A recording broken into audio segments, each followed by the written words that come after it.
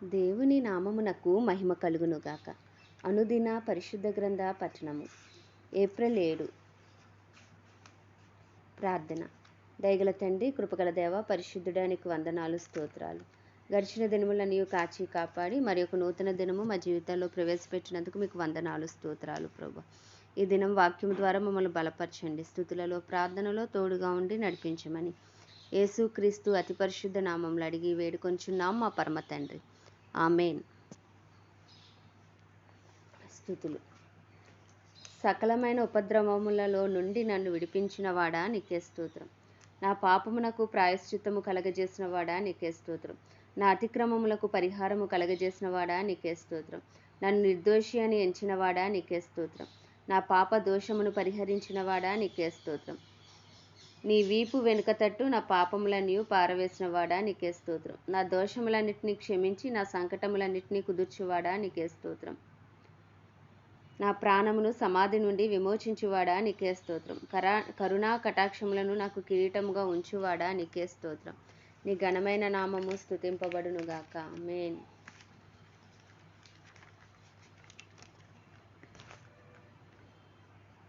వాగ్దానములు.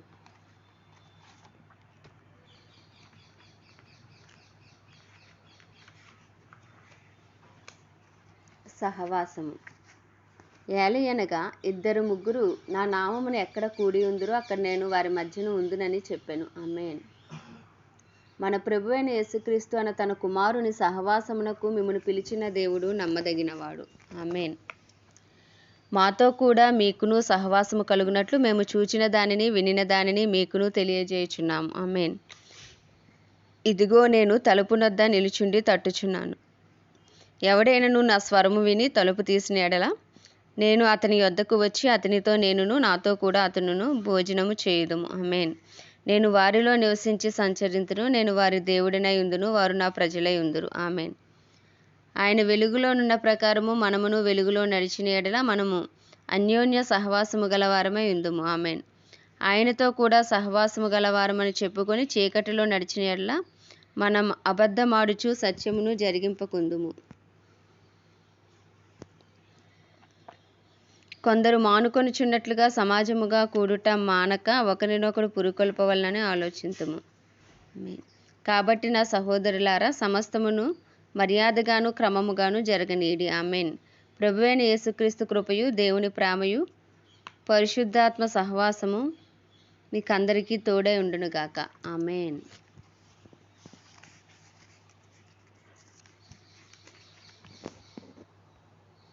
విశ్వాస ఒప్పుకోలు.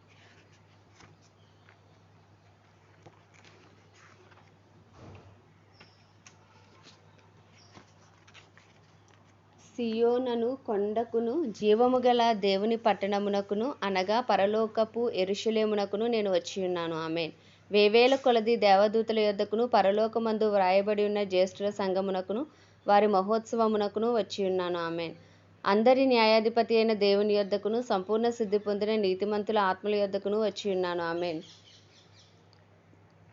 క్రొత్త నిబంధనకు మధ్యవర్తి అయిన యేసునొద్దకును హేబేలు కంటే మరి శ్రేష్టముగా పలుకు ప్రోక్షణ రక్తమునకును వచ్చియున్నాను. ఆమేన్.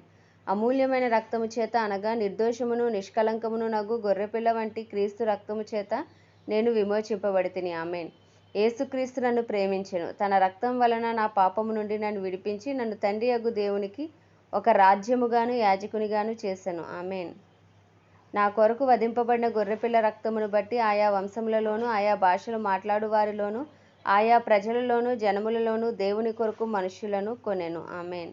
నేను గొర్రెపిల్ల రక్తములో వస్త్రమును ఉదుగుకొని వాటిని తెలుపు చేసుకొంటిని. ఆమేన్. నేను దేవుని సింహాసనం ఎదుట ఉండి రాత్రింబగళ్ళు ఆయన ఆలయంలో ఆయనను సేవించుదును. ఆమేన్.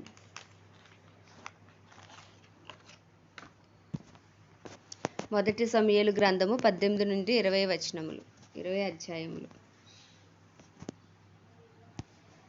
దావీదు సౌలుతో మాటలాడుట చాలించినప్పుడు యోనాతాను హృదయము దావీదు హృదయముతో కలిసిపోయాను.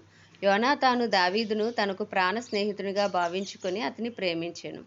ఆ దినమున అతని తండ్రి ఇంటికి తిరిగి అతని వెళ్ళనీయక సౌలు అతనిని చేర్చుకొనెను. దావీదు తనకు ప్రాణ స్నేహితుడని భావించుకొని అతనిని ప్రేమించుచు యోనాతాను అతనితో నిబంధన చేసుకొనెను. మరియు యోనాతాను తన దుప్పటిని, తన కత్తిని, తన విల్లును, నడికట్టును తీసి దావీదునకు ఇచ్చెను. దావీదు సౌలు తనను పంపిన చోట్లకెల్లను పోయి సుబుద్ధి కలిగి పనిచేసుకుని వచ్చెను గనుక సౌలు యోధుల మీద అతనిని నియమించెను. జనులందరి దృష్టికిని సౌలు సేవకుల దృష్టికిని దావీదు అనుకూలుడై ఉండెను. దావీదు ఫిలిస్తీన్ హతము చేసి తిరిగి వచ్చినప్పుడు స్త్రీలు ఇశ్రాయేలీల ఊళ్ళన్నిటిలో నుండి తంబురలతోనూ సాంబ్రములతోనూ వాద్యములతోనూ పాడుచు నాట్యమాడుచు రాజైన సౌలును ఎదుర్కొనుటకే వచ్చిరి. ఆ స్త్రీలు గాన ప్రతిగానములు చేయుచు వాయించుచు సౌలు 1000 కొలదియు దావీదు 10,000 కొలదియు హతము చేసిరనిరి. ఆ మాటలు సౌలునకు ఇంపుగా ఉండనందున అతడు బహు కోపము తెచ్చుకుని, వారు దావీదునకు 10,000 కొలదనియు నాకు 1000 కొలది అనియు స్తుతులు పాడిరే, రాజ్యము తప్ప మరి ఏమి అతడు తీసుకొనగలడు అనుకొనెను. కాబట్టి నాటి నుండి సౌలు దావీదు మీద విషపు చూపు నిలిపెను. మరునాడు దేవుని యొద్ద నుండి దురాత్మ సౌలు మీదకి బలముగా వచ్చినందున అతడి ఇంటిలో ప్రవచించుచుండగా దావీదు మునుపటిలాగున వీణ చేత పట్టుకుని వాయించెను. ఒకప్పుడు సౌలు చేతిలో ఒక ఈట ఉండగా దావీదును పొడిచి గోడకు బిగించుదని అనుకొని సౌలు ఆ ఈటని విసిరెను. అయితే అది తగలకుండా దావీదు 2 మార్లు తప్పించుకొనెను. యెహోవా తనను విడిచి దావీదునకు తోడై ఉండుట చూచి సౌలు దావీదునకు భయపడెను. కాబట్టి సౌలు అతని తన యొద్ద ఉండనీయక సహస్రాధిపతిగా చేసెను. అతడు జనులకు ముందు వచ్చుచూ పోవచ్చు ఉండెను. మరియు దావీదు సమస్త విషయములలో సుబుద్ధి కలిగి ప్రవర్తింపగా యెహోవా అతనికి తోడుగా ఉండెను. దావీదు మిగుల సుబుద్ధి గలవాడే ప్రవర్తించుట సౌలు చూచి మరీ అధికంగా అతనికి భయపడెను. ఇశ్రాయేలు వారితోనూ యూదా వారితోనూ దావీదు జనులకు ముందు వచ్చుచూ పోవచ్చు ఉండుట చేత వారు అతనిని ప్రేమింపగా సౌలు, నా చెయ్యి వాని మీద పడకూడదు, ఫిలిస్తీన్ల చెయ్యి వాని మీద పడునుగాక అనుకుని, దావీదు, నా పెద్ద కుమార్తె అయిన మేరబును నీకిత్తును, నీవు నా పట్ల యుద్ధశాలివై ఉండి యెహోవా యుద్ధములను జరిగింపవలెననెను. అందుకు దావీదు, రాజునకు అల్లుడు నగుటకు నేనెంతటి వాడను, నా స్థితి అయినను ఇశ్రాయేలీయులలో నా తండ్రి కుటుంబమైనను ఏపాటివని సౌలుతో అనెను. అయితే సౌలు కుమార్తె అయిన మేరబును దావీదునకు ఇయ్యవలసి ఉండగా సౌలు ఆమెను మెహోలాతీయుడైన అద్రీయేలుకిచ్చి పెండ్లి చేసెను. అయితే తన కుమార్తె అయిన మీకాలు దావీదు మీద ప్రేమ కలిగి ఉండగా సౌలు విని సంతోషించి, ఆమె అతనికి ఉరిగా నుండునట్లును ఫిలిస్తీన్ల చెయ్యి అతని మీద ఉండునట్లును నేను ఆమెను అతనికిత్తును అనుకొని, ఇప్పుడు నీవు మరి ఒక దాని చేత నాకు అల్లుడు వగుదువని దావీదుతో చెప్పి, తన సేవకులను పిలిపించి, మీరు దావీదుతో రహస్యముగా మాటలాడి, రాజు నీ యందు ఇష్టము కలిగి ఉన్నాడు, అతని సేవకులందరూ నీ ఎడల స్నేహముగా ఉన్నారు, కాబట్టి నీవు రాజునకు అల్లుడవు కావాలనని చెప్పవలెనని ఆజ్ఞ ఇచ్చెను. సౌలు సేవకులు ఆ మాటలను బట్టి దావీదుతో సంభాషింపగా దావీదు, నేను దరిద్రుడనై ఎన్నిక లేని వాడనై ఉండగా రాజునకు అల్లుడు నగుట స్వల్ప విషయమని మీకు తోచునా అని వారితో అనగా, సౌలు సేవకులు దావీదు పలికిన మాటలు అతనికి తెలియజేసిరి. అందుకు సౌలు ఫిలిస్తీన్ల చేత దావీదును పడగొట్టవలెనన్న తాత్పర్యము గలవాడే, రాజు ఓలిని కోరక రాజు శత్రువుల మీద పగ తీర్చుకొనవలెనని ఫిలిస్తీన్ల 100 ముందోళ్లు కోరుచున్నాడని దావీదుతో చెప్పుడనెను. సౌలు సేవకులు ఆ మాటలు దావీదునకు తెలియజేయగా, తాను రాజునకు అల్లుడు కావాలన్న కోరిక గలవాడే గడువు దాటక మునుపే లేచి తన వారితో పోయి ఫిలిస్తీన్లలో 200 మందిని హతము చేసి వారి ముందోళ్లు తీసుకుని వచ్చి రాజునకు అల్లుడు నగుటకై కావలసిన లెక్క పూర్తి చేసి అప్పగింపగా సౌలు తన కుమార్తె అయిన మీకాలును అతనికిచ్చి పెండ్లి చేసెను. యెహోవా దావీదునకు తోడుగా ఉండుటయు తన కుమార్తె అయిన మీకాలు అతని ప్రేమించుటయు సౌలు చూచి దావీదునకు మరి ఎక్కువగా భయపడి ఎల్లప్పుడూ దావీదు మీద విరోధముగా ఉండెను. ఫిలిస్తీన్ల సర్దారులు యుద్ధమునకు బయలుదేరుచు వచ్చిరి. వారు బయలుదేరినప్పుడెల్లను దావీదు బహు వివేకము కలిగి ప్రవర్తించుచు రాగా సౌలు సేవకులందరికంటే అతని పేరు బహు ప్రసిద్ధికెక్కెను. 19వ అధ్యాయము. అంతటా సౌలు, మీరు దావీదును చంపవలసినదని తన కుమారుడైన యోనాతానుతోనూ తన సేవకులందరితోనూ చెప్పగా, సౌలు కుమారుడైన యోనాతాను దావీదు యందు బహు ఇష్టము గలవాడై ఉండి దావీదుతో ఇట్లనెను, నా తండ్రి అయిన సౌలు నిన్ను చంపవలనన్న ప్రయత్నం మీద ఉన్నాడు. కాబట్టి నీవు ఉదయమున జాగ్రత్తపడి రహస్యమైన స్థలమందు దాగి ఉండుము. నేను వచ్చి నీవు ఉన్న చేనిలో నా తండ్రి యొద్ద నిలిచి నిన్ను గూర్చి అతనితో మాట్లాడిన తర్వాత నిన్ను గూర్చి నాకేమైనా తెలిసిన యెడల దానిని నీతో తెలియజెప్పుదుననెను. యోనాతాను తన తండ్రి అయిన సౌలుతో దావీదును గూర్చి దయగా మాట్లాడి, నీ సేవకుడైన దావీదు నీ విషయంలో ఏ తప్పిదమును చేసినవాడు కాక బహు మేలు చేసెను గనుక రాజా, నీవు అతని విషయంలో ఏ పాపము చేయకుందువు కాక అతడు ప్రాణమునకు తెగించి ఆ ఫిలిస్తీని చంపగా యెహోవా ఇశ్రాయేలీయులకందరికీ గొప్ప రక్షణ కలుగజేసెను. అది నీవే చూచి సంతోషించితివి కదా. నిష్కారణముగా దావీదును చంపి నిరపరాధి యొక్క ప్రాణము తీసి నీవెందుకు పాపము చేయదు అని మనవి చేయగా, సౌలు యోనాతాను చెప్పిన మాట ఆలకించి యెహోవా జీవము తోడు అతనికి మరణశిక్ష విధింపనని ప్రమాణము చేశాను. అప్పుడు యోనాతాను దావీదును పిలుచుకొని పోయి ఆ సంగతులన్నీ అతనికి తెలియజేసి దావీదును సౌలు నొద్దకు తీసుకుని రాగా, దావీదు మునుపటిలాగున అతని సన్నిధిని ఉండెను. తరువాత యుద్ధము సంభవించినప్పుడు దావీదు బయలుదేరి ఫిలిస్తీయులతో యుద్ధము చేసి వారిని ఓడించి వెనుకకు పారదోలి గొప్ప వధ చేయగా, యెహోవా యొద్ద నుండి దురాత్మ సౌలు మీదకు వచ్చెను. సౌలు ఈట చేత పట్టుకుని ఇంట కూర్చుండి ఉండెను. దావీదు సితారా వాయించుచుండగా సౌలు ఒకే దెబ్బతో దావీదును గోడకు పొడుచుదునన్న తాత్పర్యము కలిగి ఈట విసిరెను. దావీదు అతని ఎదుటి నుండి తప్పించుకొనినందున ఈట గోడకు నాటగా దావీదు ఆ రాత్రి యందు తప్పించుకొని పారిపోయాను. ఉదయమున అతని చంపవలనని పొంచియుండి దావీదును పట్టుకొనుటకే సౌలు అతని ఇంటికి దూతలను పంపగా, దావీదు భార్య అయిన మీకాలు, ఈ రాత్రి నీ ప్రాణమును నీవు దక్కించుకొంటేనే గాని రేపు నీవు చంపబడదు అని చెప్పి కిటికీ గుండా దావీదును దింపగా అతడు తప్పించుకొని పారిపోయాను. తరువాత మీకాలు ఒక గృహదేవత బొమ్మను తీసి మంచం మీద పెట్టి మేకబొచ్చు తలవైపున ఉంచి దుప్పటితో కప్పివేసి, సౌలు దావీదును పట్టుకొనుటకే దూతలను పంపగా అతడు రోగి అయి ఉన్నాడని చెప్పెను.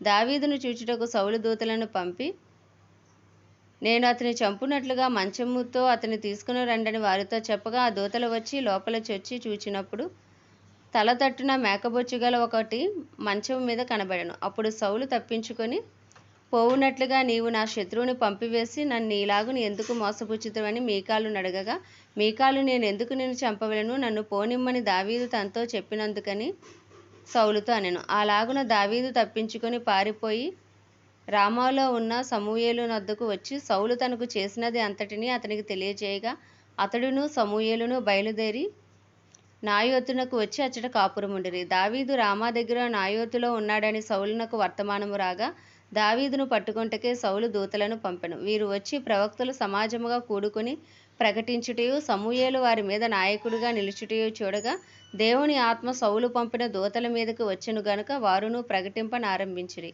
ఈ సంగతి సౌలునకు వినబడినప్పుడు అతడు వేరు దూతలను పంపెను గాని వారును అటువలనే ప్రకటించుచు ఉండిరి. సౌలు మూడవసారి దూతలను పంపెను గాని వారును ప్రకటించుచుండిరి.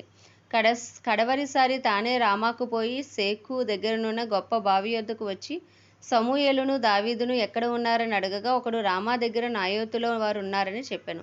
అతడు రామా దగ్గరనున్న నాయోతునకు రాగా, దేవుని ఆత్మ అతని మీదకు వచ్చెను గనుక అతడు ప్రయాణము చేయుచు రామా దగ్గరనున్న నాయోతునకు వచ్చి వరకు ప్రకటించుచుండెను. మరియు అతడు తన వస్త్రములను తీసివేసి ఆనాటి రాత్రింబగళ్ళు సమూయేలు ఎదుటనే ప్రకటించుచు పైబట్టలేనివాడే పడి ఉండెను. అందువలన సౌలును ప్రవక్తలలో ఉన్నవాడా అను సామెత పుట్టెను. సమూయేలు గ్రంథం 20వ అధ్యాయము. పిమ్మట దావీదు రామాలోని నాయోతు నుండి పారిపోయి యోనాతాను నొద్దకు వచ్చి, నేను ఏమి చేసితిని, నేను చేసిన దోషమేమి, నా ప్రాణము తీయ వెదుకున్నట్లు నీ తండ్రి దృష్టికి నేను చేసిన పాపమేమని అడగగా,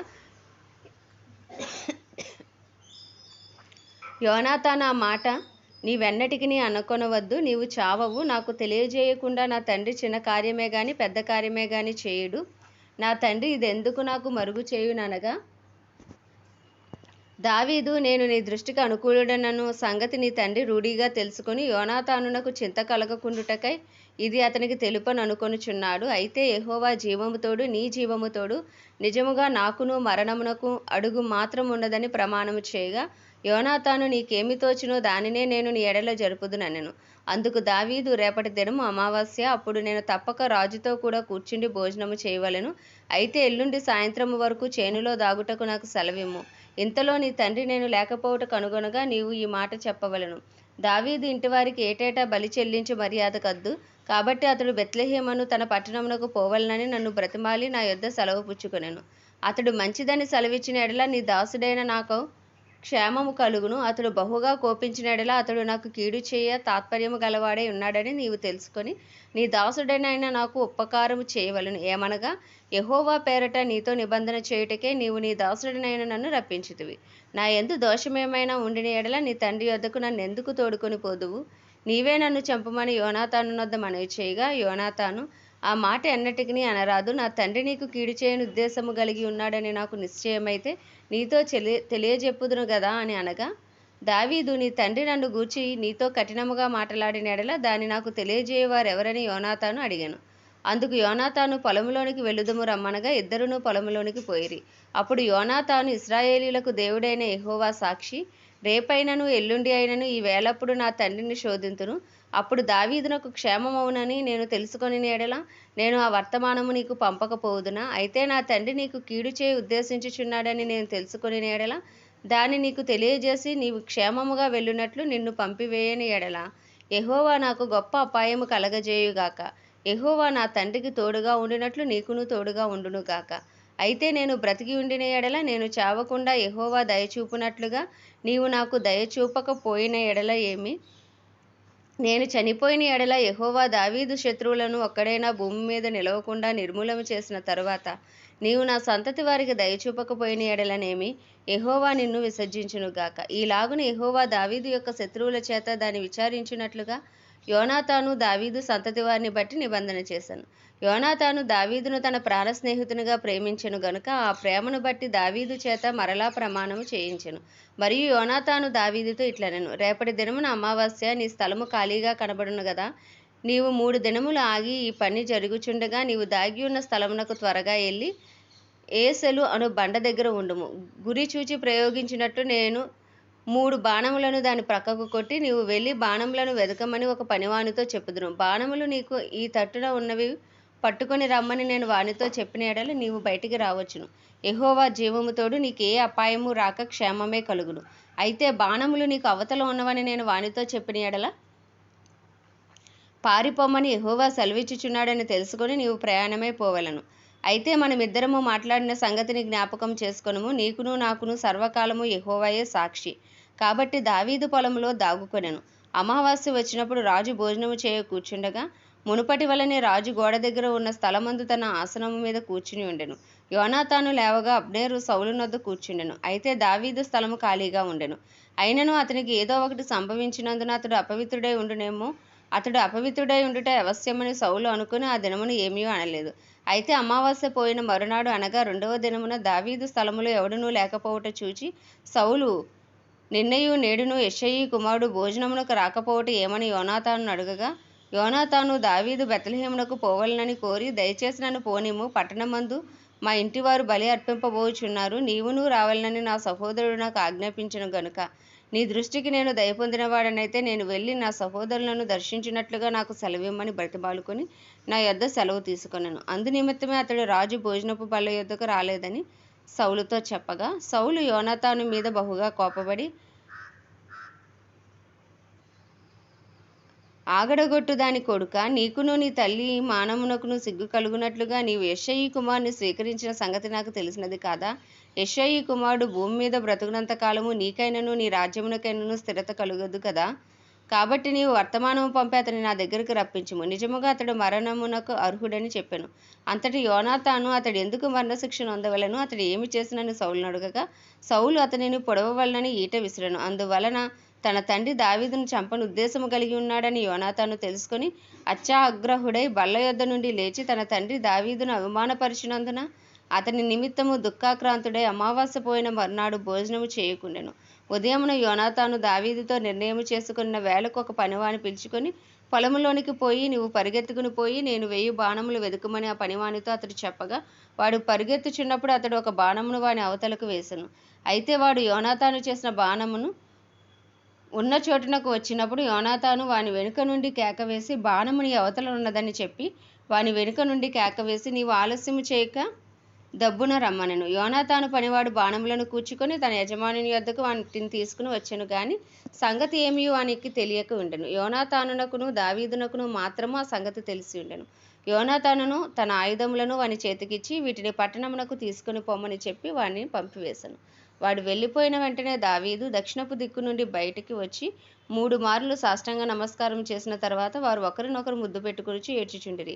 ఈలాగుండగా దావీదు మరింత బిగ్గరగా ఏడ్చెను. అంతటా యోనాతాను, యెహోవా నీకును నాకును మధ్యను నీ సంతతికిని నా సంతతికిని మధ్యను ఎన్నటన్నిటికీ సాక్షిగా ఉండునుగాక.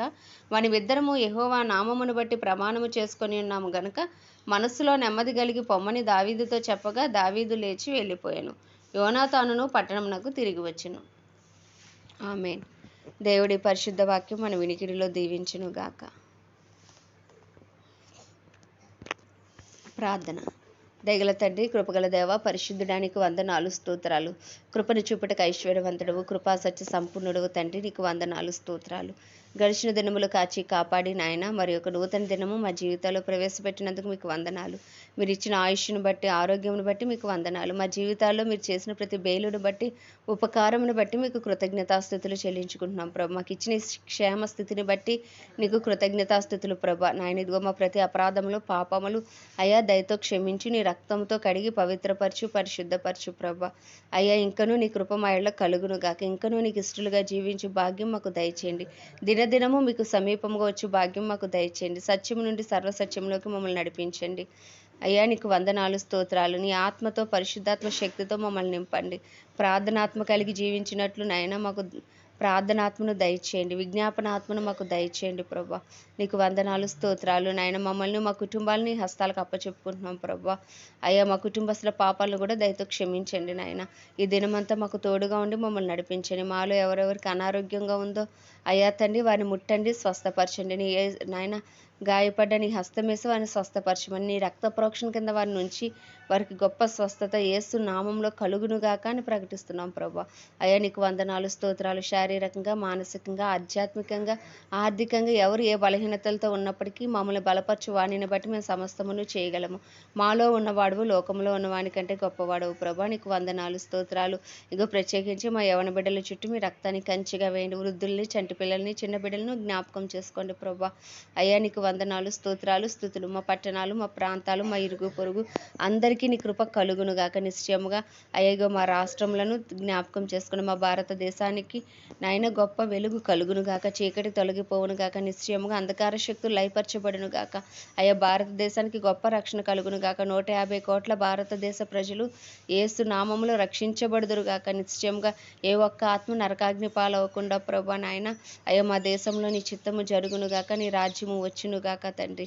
అయ్యా నీకు వందనాలు, స్తోత్రాలు, స్తుతులు చెల్లించుకుంటున్నాం ప్రభా. గొప్ప దేవుడా, మంచి దేవుడా, నీకే స్తోత్రాలు ప్రభా. అయ్యా తండ్రి నాయన ఈ సంవత్సరం ఎలక్షన్స్లో నాయన ఇగో మంచి ప్రభుత్వాన్ని మీరు అనుగ్రహించండి. ప్రజలకు ఏది మేలుకరమో ప్రభా అయ్యా ఆ ప్రభుత్వమే వచ్చినట్లు నీ కృపను అనుగ్రహించండి ప్రభా. మా దేశంపై జాలి పడండి. మా దేశం వేళ అయ్యి ఇంకనూ నాయన మీ కృపను అనుగ్రహించమని ప్రార్థిస్తున్నాం. ప్రపంచ దేశాలన్నింటినీ జ్ఞాపకం చేసుకుని వాటిని పరిపాలిస్తున్న రాజులు, వారి కింద పనిచేస్తున్న అధికారులు అందరికీ నీ కృప కలుగునుగాక. సమస్త మానవాళికి రక్షణ కలుగునుగాక. ఇంకనూ సువార్త అందని గ్రామాలు, పట్టణాలు, ప్రాంతాలు పట్టబడునుగాక. నిశ్చయముగా అయ్యా నాయన సువార్థికులు లేపబడుదురుగాక. నాయన నిశ్చయంగా ప్రార్థించే ప్రార్థనావీరులు, విజ్ఞాపనకర్తలు లేపబడుదురుగాక. అపోస్తులు, ప్రవక్తలు లేపబడుదురుగాక. అయ్యా నిశ్చయంగా కడవరి వర్షమే మీరు దిగిరండి. కడవరి ఉజ్జీవాన్ని రగిలించండి. అయ్యా తండ్రి ప్రపంచ దేశాలన్నింటిలో ఉజ్జీవాన్ని రగిలించండి. ప్రత్యేకించి మా భారతదేశంలో ఉజ్జీవాన్ని రగిలించండి ప్రభా. అయ్యా దుష్టుడి బారి నుండి మమ్మల్ని తప్పించండి. ప్రతి కీడు నుండి మమ్మల్ని తప్పించమని దైవజనులందరినీ మీ హస్తాలకు అప్పచెప్పుకుంటున్నాం ప్రభు. ధైర్యంతో వాక్యమును బోధించే అభిషేకము యేసు నామములో వారికి కలుగునుగాక. వారి రాకపోకలో నీ రక్త ప్రోక్షణ ఉండునుగాక.